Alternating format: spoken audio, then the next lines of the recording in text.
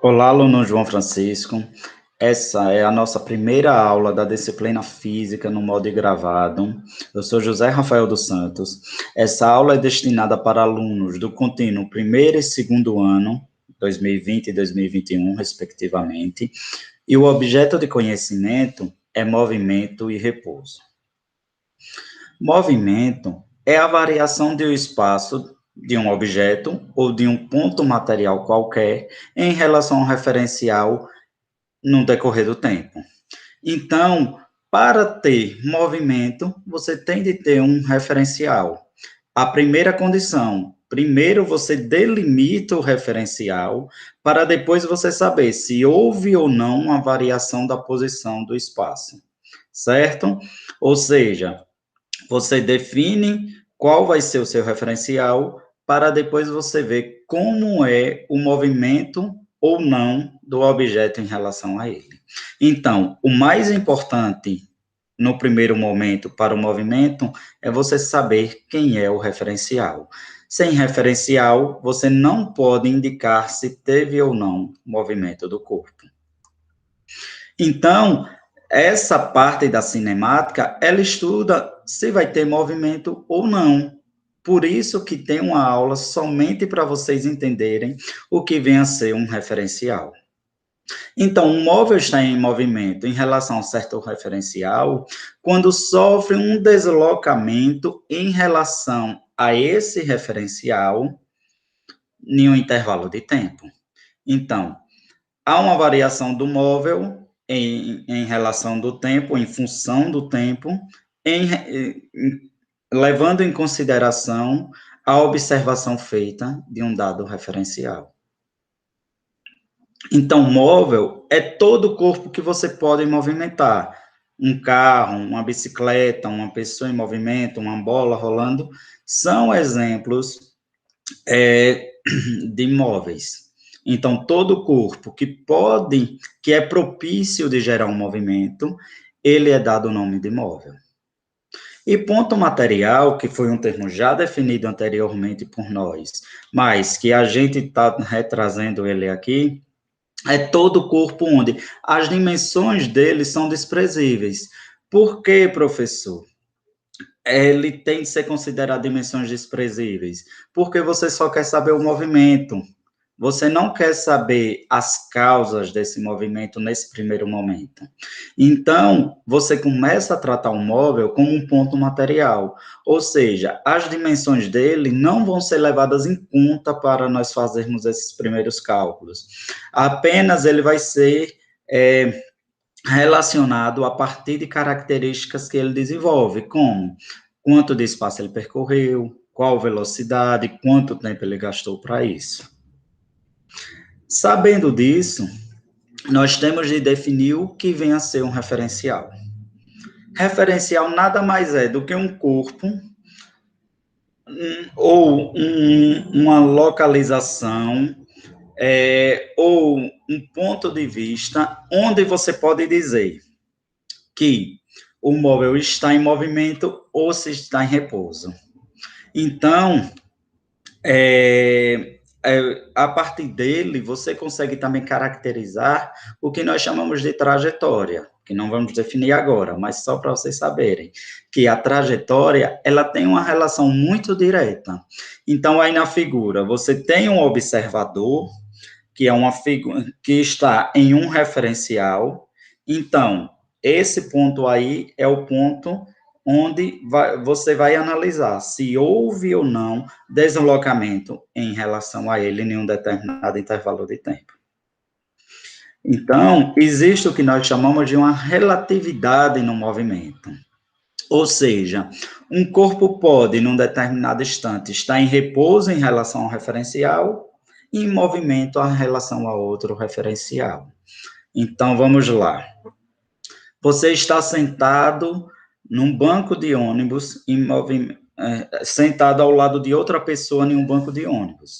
Esse ônibus está em um movimento, está lá em direção a outra cidade, digamos assim. Você, em relação à pessoa que está ao seu lado, você está em repouso. Por quê? você não tem uma mudança de posição em relação a ela. Já em relação ao sistema lá fora, a uma pessoa que está na calçada vendo o ônibus passar, em relação a uma escola, em relação a um poste qualquer na rodovia, você tem que você está em movimento. Ou seja, você está no mesmo sistema, mas a depender do referencial, você está em repouso em relação à pessoa ao seu lado e em movimento em relação a outros corpos desse sistema. Então, se você diz que um corpo está é em movimento em relação a tal referencial. Se você diz que um corpo está em repouso, é em repouso em relação a tal referencial. Então, a ideia de repouso e movimento é bem clara. Primeiro você define o referencial, em seguida você caracteriza se ele está em movimento ou em repouso em relação a esse referencial. Então, um referencial na prática nada mais é do que um corpo ou um ponto onde você consegue caracterizar se outro corpo está em movimento ou se está em repouso. Vamos lá para um exemplo bem facinho para a gente mostrar melhor como seria isso na prática. Imagine que você está no carro com velocímetro marcando 80 km por hora, uma velocidade comum.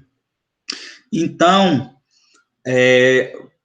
e outro carro vem passando por você, para ele lhe ultrapassar, ele tem de estar a uma maior velocidade que você, isso é óbvio, no mesmo sentido. Então, você vai continuar o movimento seguindo. Ele está no mesmo sentido que você, porém, você é 80 km por hora, ele é a 90. Se você eliminasse os referenciais externos, tudo externo, considerar só vocês dois, olha, então, você não tem como considerar qual dos carros estaria se movendo. Por quê? Porque você não tem um referencial prático nesse caso. Então, o que falta para você caracterizar esse movimento aí? Você tem de dizer primeiro qual é o referencial. Se você não diz o referencial, você não diz que está ou não em movimento. Então, a característica que a gente falou, olha, 80 km por hora, 90 km por hora. Não falamos se ele estava em movimento. Se você eliminasse eles dois, você não teria como identificar qual está em movimento. Então, lembre-se, o movimento de um corpo é sempre relativo a um dado referencial. Como é isso, professor? Se você considerar-se o referencial, lembre-se, você está lá no carro de trás, a 80 km por hora. Então, se você se considera como um referencial, você não vai ter que ter um carro a 90 km à sua frente. Ele é como se você estivesse em repouso e o carro estaria a 10 km por hora à sua frente. Por quê? Olha, ele está mais rápido. 90 menos 80 km por hora, você tem que é 10 km por hora. Ou seja, ele iria se afastar uma taxa de 10 quilômetros a cada hora se vocês conseguissem manter essas velocidades constantes. Professor, o senhor está usando o termo velocidade.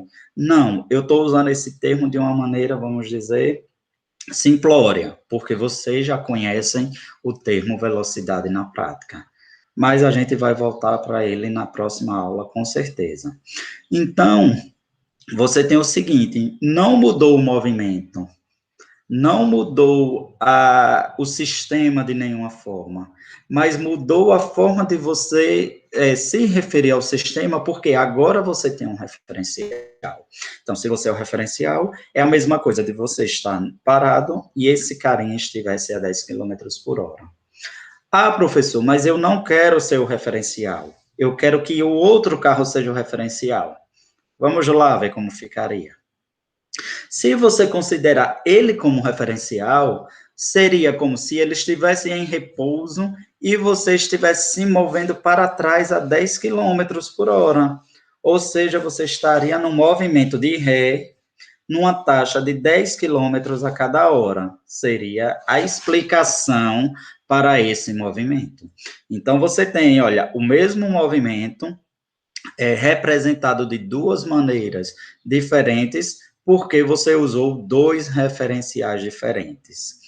Uma dica: quando você tiver mais de um corpo a ser analisado, você sempre busque um referencial que englobe o maior número possível de corpos do sistema. Por quê?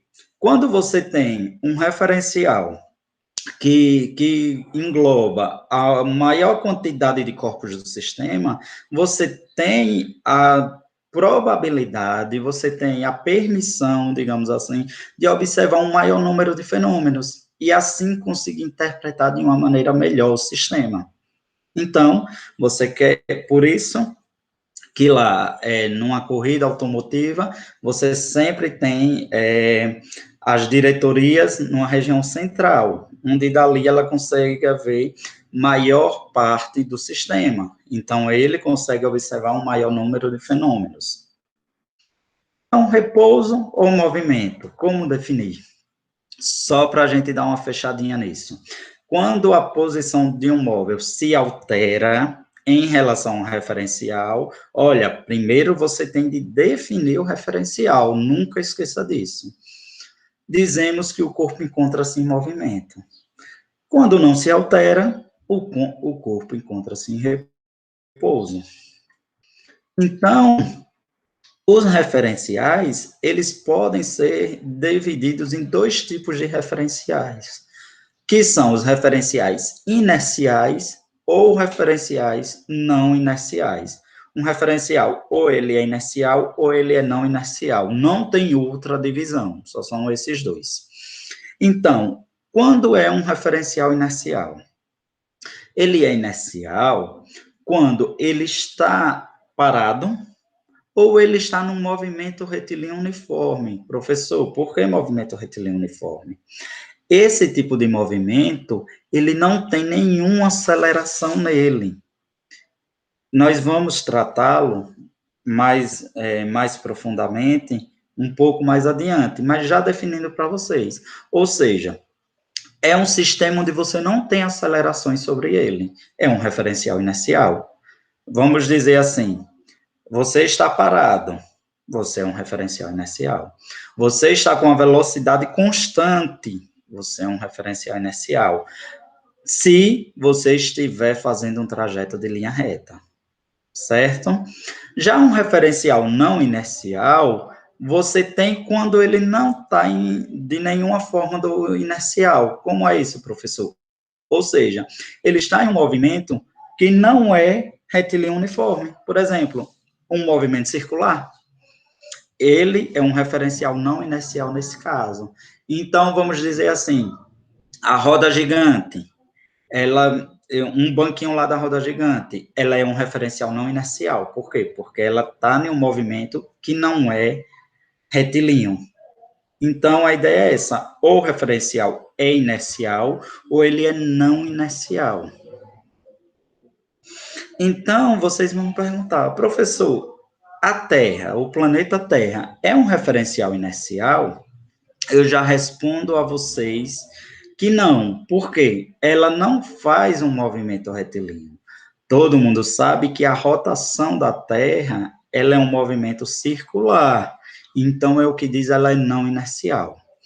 Porém, como ela gira muito devagar, quando for quando for um movimento, digamos assim, de pequena duração, como, por exemplo, umas 2 horas, 3, 4 horas, o translado de qualquer corpo, você tem que ele é feito de um movimento de um curto espaço de tempo em relação à rotação da Terra.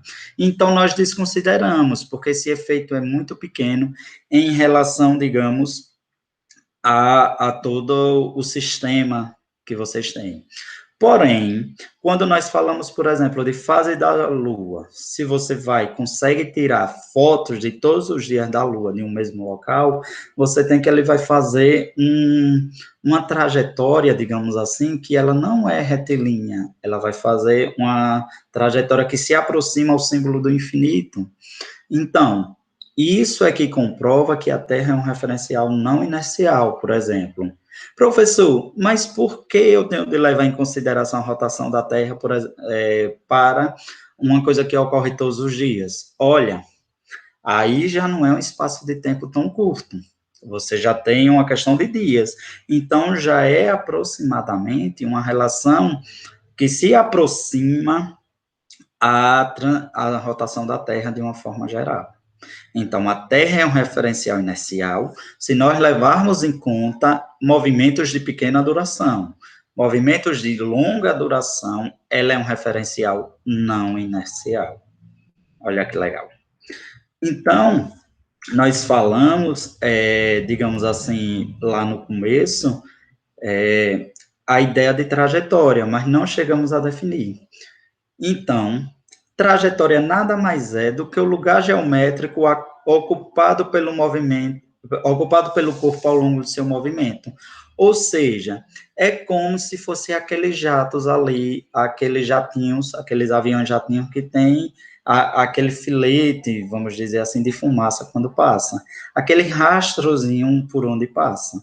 Então, a ideia é o seguinte: esse rastro, ele diz mais ou menos por onde o corpo vem. Então, se todo o corpo tivesse a opção de deixar esse rastro, digamos assim, como observador em um determinado referencial, conseguiria ver por onde ele veio, como ele fez. Então, você teria o quê?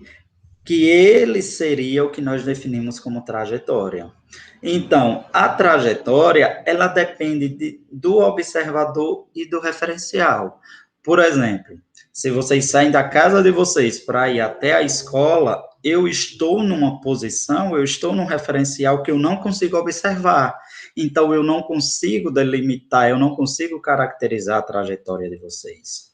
Mas se, por exemplo, eu tivesse sentado lá naquele banquinho em frente à padaria e ver o movimento de vocês, eu consigo estimar uma parte da trajetória. Se eu estivesse em um referencial, em um ponto alto da cidade, com um equipamento adequado, observando vocês, da sua casa até lá, eu conseguiria ver sua trajetória por completo. Então, a trajetória, ela depende de onde você está observando, pois só assim você consegue caracterizá-la. Então, trajetória é o caminho, é o rastro no espaço, visto por um certo observador de um determinado referencial. Então, por exemplo, nessa imagem aí, quem está lá dentro do avião está vendo que está caindo um objeto aí, a bomba, digamos assim, em linha reta. Quem está na Terra, você vai ver que, na verdade, ela não tem a linha reta, ela não vai cair em linha reta. Ela vai ser caída aí através de um arco de parábola. Professor, por que isso ocorre?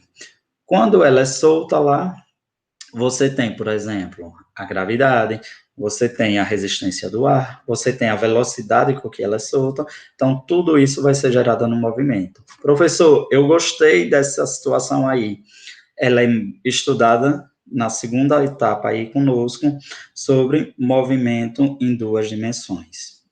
Então, meus queridos, só para fechar, a trajetória, ela é o rastro vista do espaço por um certo observador.